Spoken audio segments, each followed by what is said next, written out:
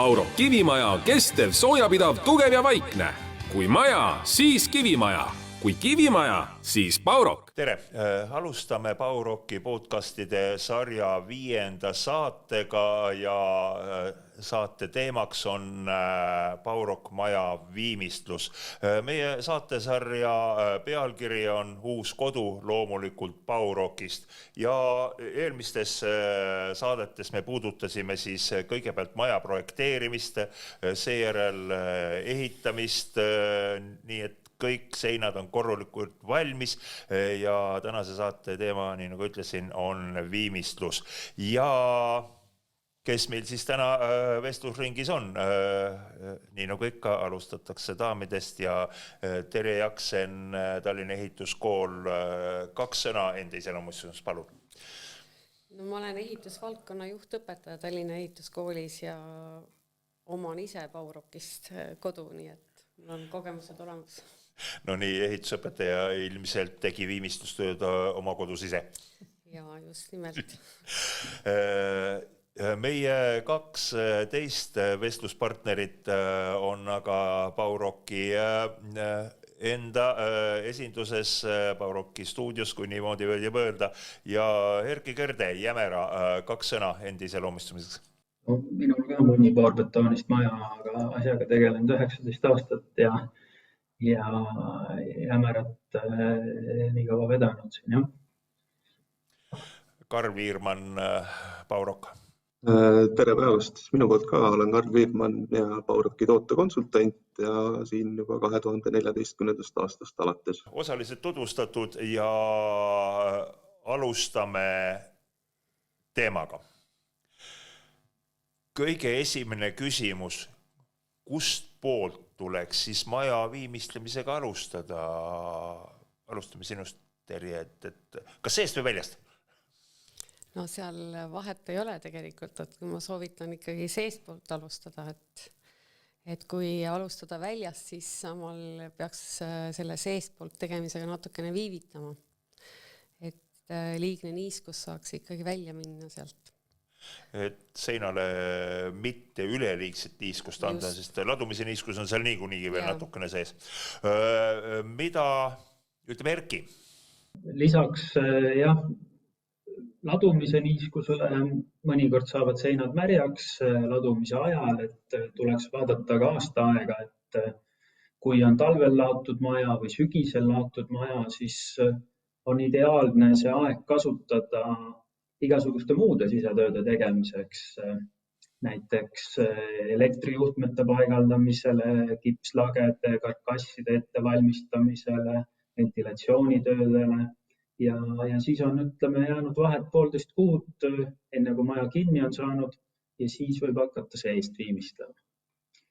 Ja paksu ploki eelis on alati see, et ei ole vajadust väljast midagi teha, et sein on soojapidav ka ilma viimistluseta. Nii, kas Karl, sa tahad midagi lisada? Võib-olla nii palju, et eks oleneb natukene ka seina olemusest, et kui ta ongi nüüd massiivne Ecoterm Plus blokksein, siis on see asi võib-olla natukene lihtsam, kui nüüd välja poole tuleb mitte hingav soojustusmaterjal, siis tuleks seinad saada kuivaks enne kui siis väljast poolt soojustama hakata. Tegelikult seda vastuse varianti ma piinlikult ootasin ka kogu aeg, et kas me teeme seinal nii-öelda vahet, kas on täismassiivsein või on siis mitmekihiline sein. See vastus tuli, et viimistluse alustamisega me arvestame ka, millise seinakonstruktsiooniga on tegemist.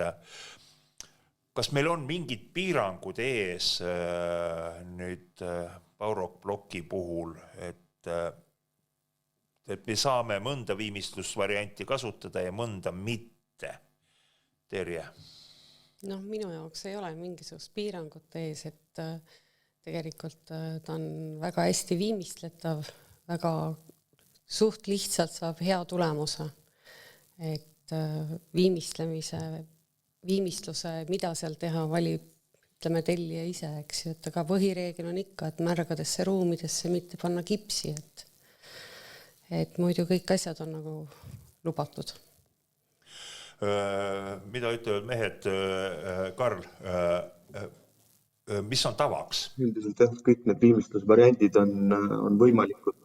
Pigem tuleb see ikkagi ruumi enda eripäradest, millist viimistlusmaterjale seal kasutatakse, kas nüüd sementpõhiseid või siis kipspõhiseid.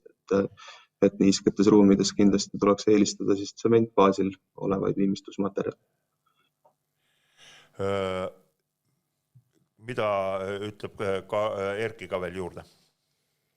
Sa oled kõige rohkem nagu platsiga võib-olla seotud, et kuidas jämeramajade puhul on tavaks? Selles mõttes, et ühtepidi võib teha, ehk niiskuskindlat asja võib alati panna eluruumidesse, aga kipsipõhist asja ei või panna niisketesse ruumidesse. Võib alustada ka siseviimistlust täpselt sama tehnoloogiaga, mis läheb krohvi alla väljas. Võib teha seda ka tsementkrohviga.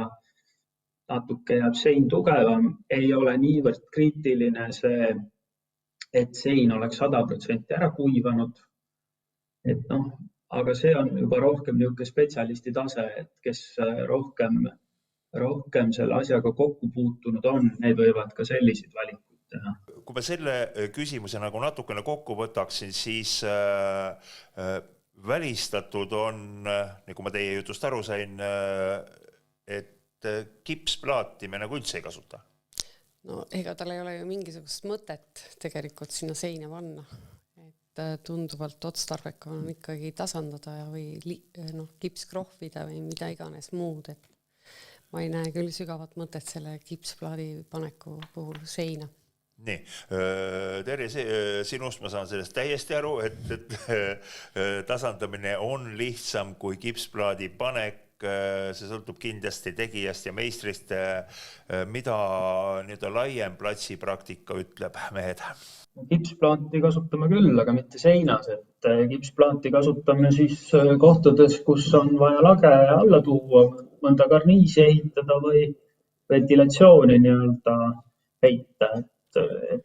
Kipslagi on täitsa kasutuses. Selge. Järgmine küsimus, järgmine teema. Seina tasandamine. Siin on minu jaoks on üks selline terminoloogiline nii-öelda väikene küsimärk, et kuidas Bauroki seina tasandamist õigesti nimetada. Kas tegemist on krohvimisega või tegemist on pahteldamisega? No võib kasutada mõlemat, nii krohvida kui ka pahteldada, et krohv on lihtsalt paksem kiht seinas, aga pahteldamine siis on ikkagi millimeetritest räägime, krohvist räägime kuni sentimeeter seal. Aga mida Bauroki puhul kindlasti ära ei tohi unustada, on see kruntimine ja aluspindade ettevalmistamine, sest seal ikkagi ilma krundita ei jää materjal pidama, nii nagu tegelikult ette nähtud on. Kuidas ta nüüd suures pildis jaguneb see asi, kas kihipaksused jäävad sinna 4-5 millimeetri sisse, mis ta siis toome võib-olla pahteldamiseks, eks ole, või lähevad sentimeetri juurde? Erki, mida sa kostad? Ei, mingit vajadust ei ole tegelikult paksemaid krohvisegusid kasutada. Et seinad saavad küll nii siledad, et selle 3 millimeetriga saab hakkama, lihtsalt tuleb valida siis vastav toode, mis 3 millimeetri juures nii-öelda on sobilik. Nii, toodeteni me võib-olla veel jõuame ka, aga kui soe peaks nagu toas see asi olema? No soovitav on ikkagi pluss 10-12 kraadi. Peaks olema seinatemperatuur enne, kui hakata seal midagi nagu kruntima või pahteldama või tasandama. Seinapinna temperatuur ja see ei tohiks langeda kogu tööperioodil? No loomulikult, et ta peaks olema ikkagi püsivalt ühtlaselt soe. Nüüd seinapinna niiskus. Erki, Karl, mida ütlete? No mina ütlen, et piisab sellisest visuaalsest vaatlusest. See muidugi eeldab mingit kogemuse olemasolu. Et kui sa seina katsud ja vaatled, siis seal ei ole märgasid laike. Et sein on ühtlaselt valge ja kuiv siis võib hakata viimistlusega pihta. Kui väga täpselt tahta, on võimalik ära mõõta ka seina niiskussisaldus 5 sentimeetri sügavusel ja siis selle järgi alustada seda sisetööd. See ei ole tavapärane. No kunagi ühes Eesti filmis vanad talumehed õpetasid algajat maale tulijat, et kartulit maha panna on õige aeg, kui kannatab juba ilma püksita vao peal istuda, et see on juba samasugune elukogemuse märk, et kuidas määrata, nii et mingit spetsiaalset tööriista ei kasutata. Ei, tegelikult ei kasutata küll, eks see on ikkagi praktikast tulenev. See, et ta tõesti ei tohi olla enam niiske ega märg. Kui enne oli see temperatuurist juttu, siis mina olen pigem nagu klientide puhul, kes ise viimistlus siin kureerivad, näinud pigem teist moodi lähenemist, et just tõstetakse see temperatuur väga kõrgeks. Majas on 25 kraadi, pannakse kõik aknad kinni ja kui sisse lähed, siis teed ukse lahti, niiske õhupahvakas lööb vastu ja raske on hingata ja võt sellised tingimused kindlasti ei ole sobivad ja kõige ohtlikumad on nad puitaknale. Et selles mõttes natuke väiksem temperatuur ja rahulikult tuulutada, kasutada niiskusimureid, et alati rohkem tuulutada ja vähem hoida uksi akneid kinni ehitusajal. No see olukord, mida sa, Erki, kirjeldasid, et seda sauna terminoloogias, seda kutsutakse hamam, ehk Türgi saun, et see on välistatud, eks ole meil? Jah, see saab puitaknale väga. Kui pikk see aeg on, mis jääb nüüd müüri ladumise ja viimistlustööde alguses? Sa korra mainisid, Erki, ennem seda ka, aga kordame selle veel kord üle ja millest see aeg sõltub, paneme ka selle paika, et see ilmselt ei ole üheselt võetav. Et kui on seinad saanud juulikuus püsti, päike on säranud seinte peale, sinna ei ole tilkagi vihma peale tulnud, kohe katus peale, jumala pärast võib hakata kohe viimistlema. Kui on need seinad püsti saanud november, detsember, kogu aeg on sadanud, mis siis isegi, et sein on kinni kaetud, siis juba külgsuunast on see sein kindlasti läbi märjaks saanud. Ta ei ole tibakigi kuivanud sel ajal, kui ta on seal lahti olnud. Ta on alles hakanud kuivama siis, kui sees on küte ja ventilatsioon mingil määral toimib, kas siis läbi akende või siis ventilaatorite ja niiskuskogujatega. Siis on see aeg pikem, et siis on ta kindlasti 1,5 kuud. Aga see võib olla nii ja naa, eks, aga need tingimused on erinevad ja nendega peab iga kord arvestama. Jah, me rõhutame nüüd seda ka, mis on seespoolt, aga ka kui meil on fassaaditööd tegemata ja siis kui me rõhutame siin praegu nüüd seda, et sein võiks olla maksimaalselt kuiv, kuidas suhtuda sellesse, et olen näinud olukorda, kus terve maja oli koormakattega ilusti korralikult sisse pakitud. Et oli see mõistlik temp. Ilmselt hoiti, et vihm ei läheks fassaadi peale. Oleneb, kuidas see koormakate sinna panna, et kui panna maja ümber telling ja tellingu peale tõmmata koormakate, seal jääb ikkagi vahesid, tuuldumine toimub, aga lisavihm fassaadile juurde ei saa, siis ei saa selle vastu midagi olla. Aga kui nüüd pakkida maja sisse otse tõmmates koormakatte peale, siis see aeglustab kindlasti kõiki protsesse. Tegelikult oli vastus väga ammendav, võimaluse korras kaitseme välispinda lisaniiskumise eest. Üks küsimus oli veel, mis ma tahtsin selle niiskusega seoses küsida. Kunagi aastaid tagasi, kui Baurok paurok turule tuli, siis oli soovitus müürimeestele igal õhtul müüripealne kilega kinni katta, et öine vihm ei teeks müüre märjemaks. Kas see kehtib ka praegu ja kuidas sellest kinni peetakse, Karl? See on täitsa olemas selles suhtes, aga pigem ikkagi mõtleme sellist sügist-talvist aega. Et suvel ikkagi, kui vihma ei saja, siis ei ole sellel müüri kinni katmisel eriti suurt mõtet ja pigem vajaks need plokid järgmisel päeval siis eelnevalt juba niisutamist, kui järgmise reaga ladumisega siis edasi minna. Järgmine põnev teema. Kuidas seinapinda ette valmistada enne viimistlemist, et Terje siin mainis kruntimise tähtsust rõhutas. Kas see on esimene samm viimistlustööde tegemisel või peaks seal ees veel midagi olema? Terje, kas sa tahad öelda? No mina võin ainult oma kogemustest rääkida, eks võib-olla teistel on siin teised kogemused, et eelkõige esimene asi, mis teha, on kindlasti üle lihvida see pind ja tolm eemaldada, et mitte mingil juhul kruntida enne, kui me hakkame neid eendeid ja kõike sealt eemaldama. Ja lihvimiseks võib kasutada nii rasplit kui siis lihvimiskivi kui ka lihvpaberit, nii et ja siis kindlasti tolm maha võtta ja kruntida. Kindlasti ka spetsiaalkrundiga, mitte jälle see inimeste poolt armastatud niiskustõke. Mis kõlbab ka igale poole. Ma võib-olla nii palju veel lisan, et see lihtimisvajadus pigem on ikkagi juhul, kui on tegemist ebatasasusega, mis tuleb maha lihvida. Et kui on ikkagi müüritis hästi laotud, siis ilmtingimata seda lihvimist tegema ei pea.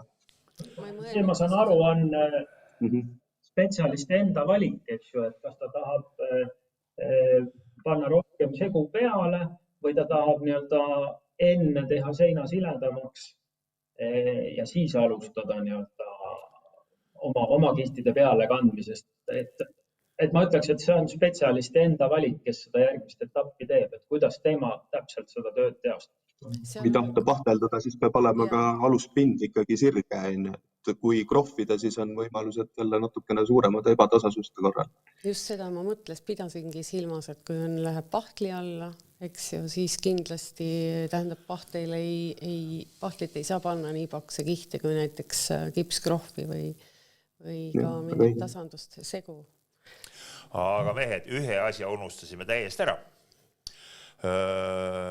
Et kui ma kordan küsimust, millised tööd tuleb enne viimistlemist teha, siis me sujusime ilusti seina silumise ja selle järel kruntimise peale, kus me juhtmed paneme ja mis hetkel? No, ikka pärast selles mõttes, et siis kui kõik on valmis, siis tuleme rellatama kohale. Siis juhtmed seina peale.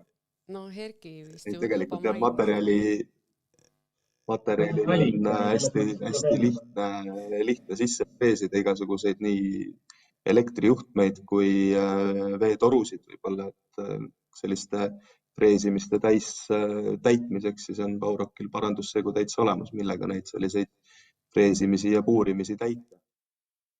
Kui nüüd on need sooned sisse freesitud ja me seal seda soont hakkame pärast täitma, kas see on kaablisoon või on ta veetorusoon, kas soone põhi vajaks ka kruntimist?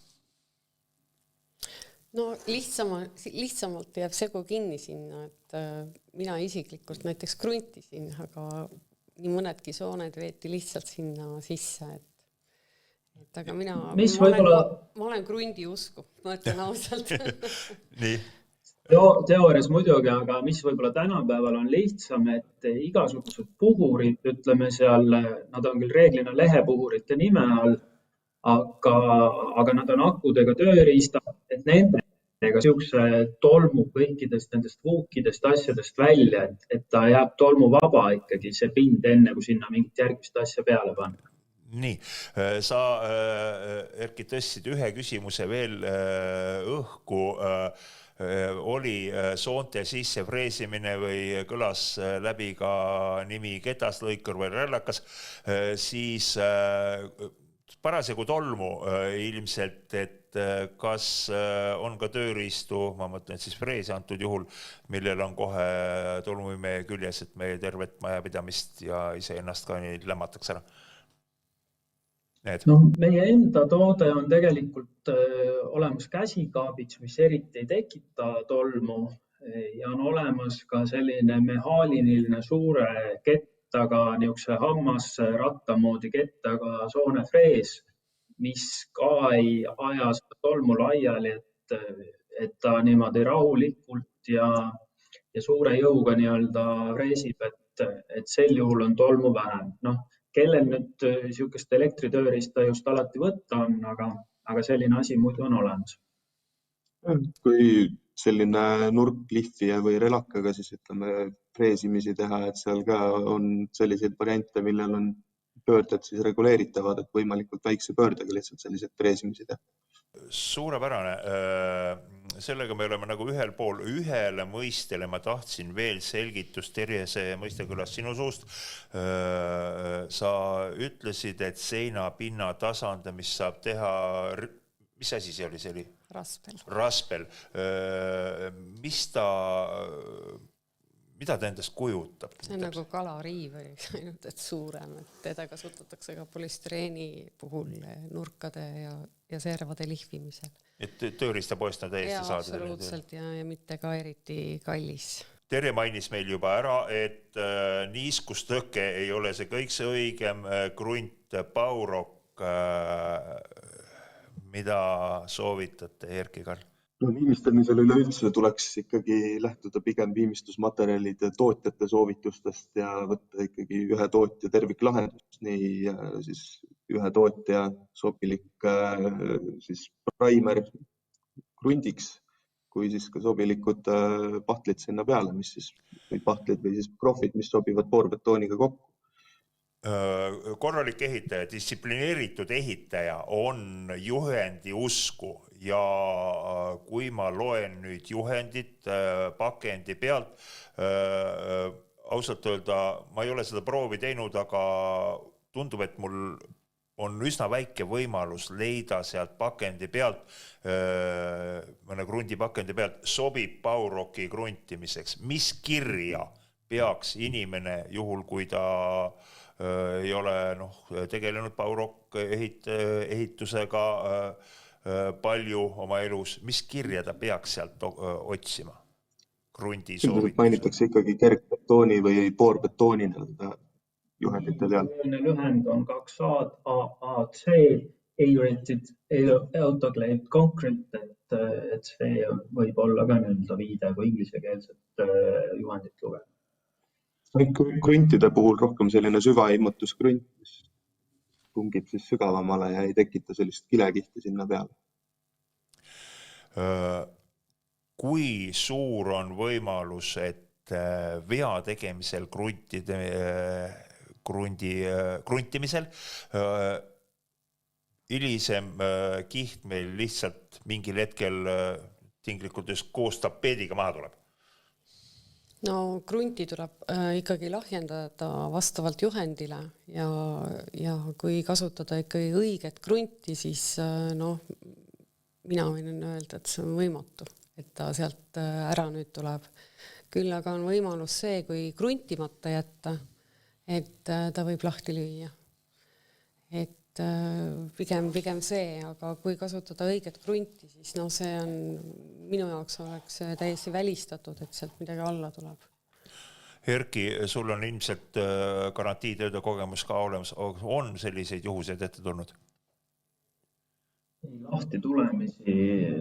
Lahti tulemisi on ainult sellistes kohtades, kus asi on siis kas pärast saanud märjaks või on tõesti enne olnud liiga märg see koht, et mõni rõdunurk, mis on mõne tööprotsessi tõttu kõige viimane olnud, et sealt on nagu märgumine toimunud näiteks kauem, et seal on näha olnud selliseid lahti tulemisi, aga muidu ei. Et ütleme, boorbetooni külge tegelikult ikkagi viimistlusmaterjalid jäävad hästi kinni, et ei kipu nad sealt lahti tulema. Ühe aastaid tagasi tehtud Bauroki PowerRocki saatelõigu käigus me filmisime seda tasandustööde tegemist ja seal kasutati armeerimisvõrku ka selle krohvikihi sees. Kui soovituslik see nüüd on? No mina igal juhul soovitan ja ka pahti puhul samamoodi, et on olemas krohvivõrk ja on olemas pahtivõrk. Ja lisaks on veel olemas ka armeeriskiuga segud. Et ma olen ise neid kasutanud ja soovitanud kõigil kasutada, et tulemus on tunduvalt, ma arvan, et tunduvalt parem. Nii, mehed on nõus? Jaa, absoluutselt nõus. Üldiselt see on rangelt soovituslik, võib nii öelda, et lihtsam on ta sinna alati panna, kui jätta ta sinna panemata. Üldiselt on ka selliseid kogemusi, kus on ta jäetud sinna panemata ja keset seina ikkagi sellised praat üldiselt tekkima ei hakka, aga parem on ta sinna ikkagi panna. Terje, nüüd jälle pilk sinu peale.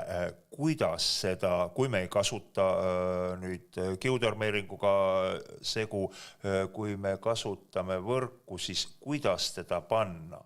Ütleme, fassaadi üldiselt silsikrohvi tehnoloogiast on teada, millega algusest ikka mööda pandi täiega, et riputati nii-öelda mõne naelaga see võrk sinna seina külge ja siis hakati peale tõmbama lootuses, et segu läheb läbi.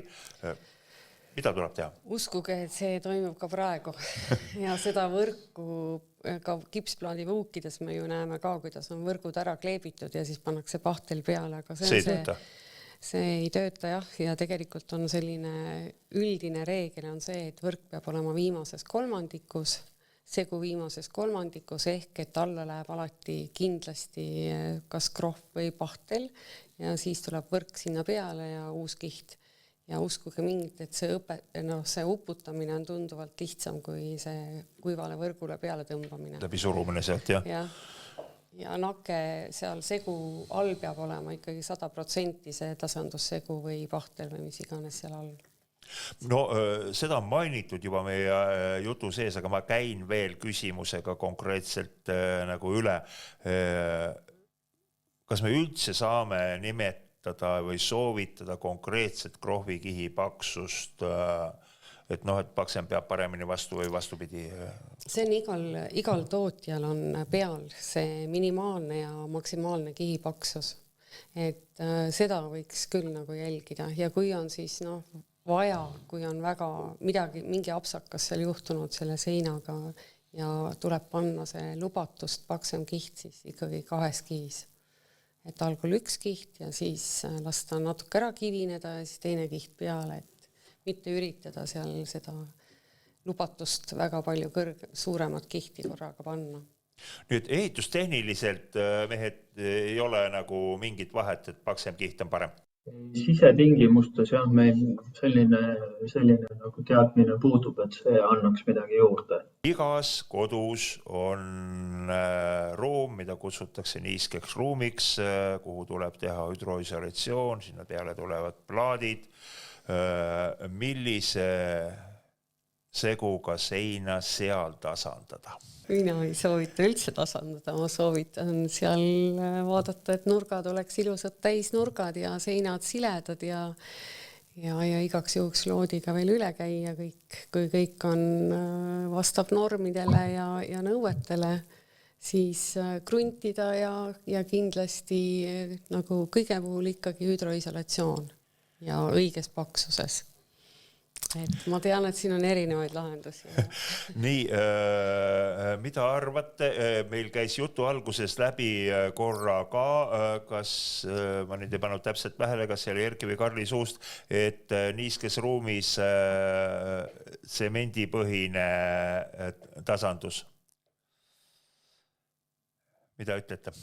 No jah, kui juttu oli, et ei pea tasandama, siis tõesti ei pea, aga praktika on kahjuks selline, et plaatja soovib paigaldada plaate tasandatud seintele plaadid on läinud hästi suureks. Mood on pigem selline, et plaadi mõõdud, kõige väiksem plaat, mis seina saab, on 60x30. 1200x1200 on täiesti tavaline plaadimõõt. Kui nüüd hakata seda plaati niimoodi sinna seina paigaldama, et näiteks see üks nurk jääb kuhugi lohu koha peale ja sinna alla läheb klamber, siis plaatjad ei soovi seda nii-öelda laotud seina peale panna, vaid nad tahavad ikkagi ilusat tasandust sinna alla saada. Selge. Üks selline ehitusmaterjalide põhine mõte tekkis mul praegu selle teemaga seoses veel, et kui me kasutame tsemendipõhist tasandussegu, siis tegelikult on tegemist suhteliselt sellise tugeva seguga ja üldine materjalide pinnale kandmise reegel, ma loodan, et Terje noogutab mulle siit üle laua, on selline, et materjal, mis me aluspinnale kanname, peab minema järjest nõrgemaks. Kas see, ütleme, tsemendipõhine segu ei ole äkki liiga kange, et ta juba hakkab Baurock-plokist kihikesi lahti kiskuma? Ei, meie kogemuses küll ei ole võib-olla. Ei ole kogenud küll sellised. Terjele rohkem küsimus. Teooria poole. Ei ole ka sellist kogemust sellega olnud, et hakkaks midagi lahti kiskuma. Suurepärane. Viskasin küsimuse õhku tegelikult seepärast, et võib-olla mõnedel natuke vanemaealistel meestel on kogemus, kus valede kihtide kasutamisel aluskihid tulid kõige juurtega välja.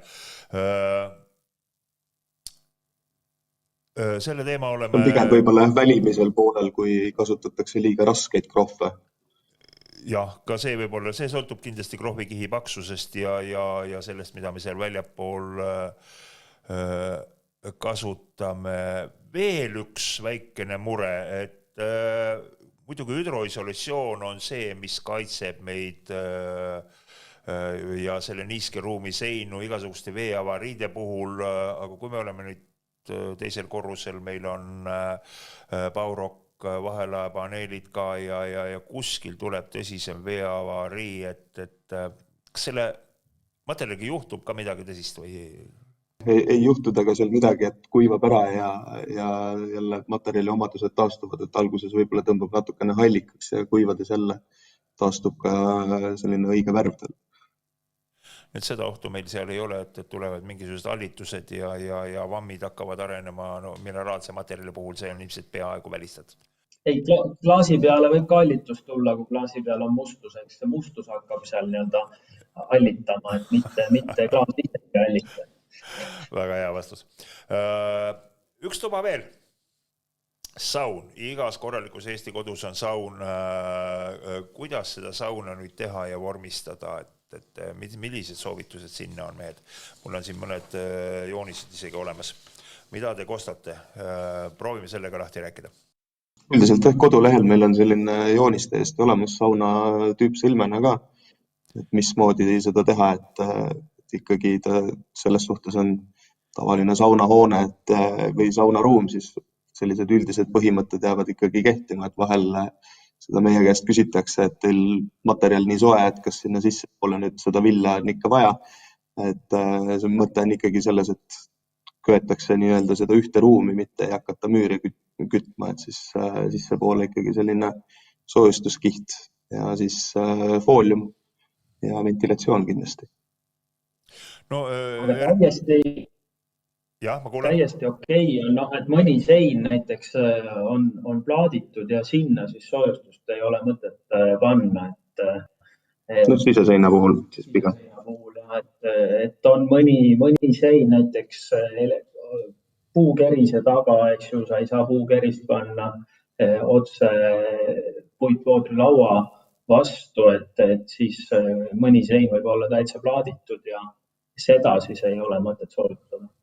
No Erki, sul ilmselt mitte ilmselt, päris kindlasti on suur Soomes ehitamise, toimetamise kogemus.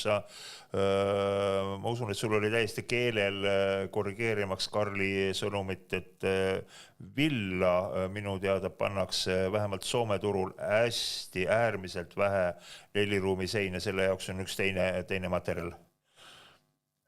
Saunasadu pean silmas. Jah, et seal on nüüd nagu eelis on see, et sa saad panna 5 sentimeetri asemel 3 sentimeetrit, et natuke see saun on alati nagu see kõige väiksem ruum majas, kus oleks ruumi juurde vaja ja siis saab nii-öelda sellise materjaliga ka hakkama, jah. Nii-öelda suure sauna fännina ma tahaksin ikkagi veel ühe natuke erilise küsimuse õhku heita. See soojustusmaterjal, mis me sisse paneme, see on kaetud meil fooliumiga, tähendab meil peaaegu ei ole sauna seinas materjali, mis imeks endasse natuke niiskust, mis imeks endasse soojust ja mis hakkaks tasapisi tagasi andma, tähendab sauna mikrokliima muutmiseks. Kui ma tahaksin näiteks endale ehitada sellist sauna, mis mõnes mõttes võib-olla tuletab meelde juba palksauna selle niiskuse imemise ja soojussalvestuse koha pealt. Kas Powerrock blokiga midagi juhtuks, kui ma jätan selle fooliumiga katmata? Ei, seal midagi ei juhtu kindlasti ja ma tean, et on olnud saunasid, kus kõik terve saun on ära plaaditud. Ka lava on olnud plaaditud ja ka ühiskondlikes ruumides, et kunagises Soome Igalise Siborexi tehases, mis oli eelnevalt tootis Jämera blokke, seal lähedal oli Igalise külbula ja seal oli suur ühiskondlik saun, mis oli üleni plaaditud, poorbetoonist oli lava. Plaat oli küll niisugune õhemapoolne, et ta nagu selles mõttes väga kuumaks ei läinud ja nii nagu Soomes kombeks, siis võeti sinna selline paberi moodi asi istumise alla ja seal oli mõnus ka ja mitte liiga kuum ka nii-öelda ilma puiduta. Suurepärane tegelikult, see on vähemalt minu silmis selline väga hea kogemus, et saab ka niimoodi ja kui ta on sellise ühiskondliku sauna taustaga see kogemus, siis ütleme niimoodi maakeeli vatti see saun on saanud ja kui poorbetoon hästi vastu peab, siis on taas, pole probleeme asjaga. Me oleme praktiliselt viimistlusega, siseviimistlusega nüüd ringi peale käinud ja mina olen nüüd veendunud, olen teie informatsioonist aru saanud ja kokku võtnud, et tegemist on materjaliga, millel viimistluse koha pealt mingid piirangud ees ei ole. Jah, põhimõtteliselt küll ja minu kogemus näitab, ma olen selles majas elanud üle 10 aasta, et mina olen igati rahul. Et ka selle heliisolatsiooni ja kõige muu koha pealt, mida see materjal on nagu andnud. Et koduna igal juhul soovitan, et kes tahavad ehitada milleski, siis täitsa vabalt võib valida selleks Powerrocki. Mehed, teie lõppsõnad ka. Mida kostate? Loomulikult soovitate täiega, eks ole? Soovitame head asja, on lihtne soovitada. Väga hea, suurepärane ja mina siis ka enda poolt võtan kokku selle, mis meie tänast saatekülalised soovitasid, et ei ole muresid, järgige ainult tehnoloogiat, niiskus võib probleeme tekitada tööde teostamisel, kui te liigselt kiirustate, järgige tehnoloogiat, järgige soovitusi. Powerrocki koduleheküljelt leiate neid, ma ütleksin, piisavalt ja meie järgmisel kohtumisel võtame teemaks Powerrock maja välisviimistluse. Powerrock kivimaja, kestev, soojapidav, tugev ja vaikne. Kui maja, siis kivimaja. Kui kivimaja, siis Powerrock.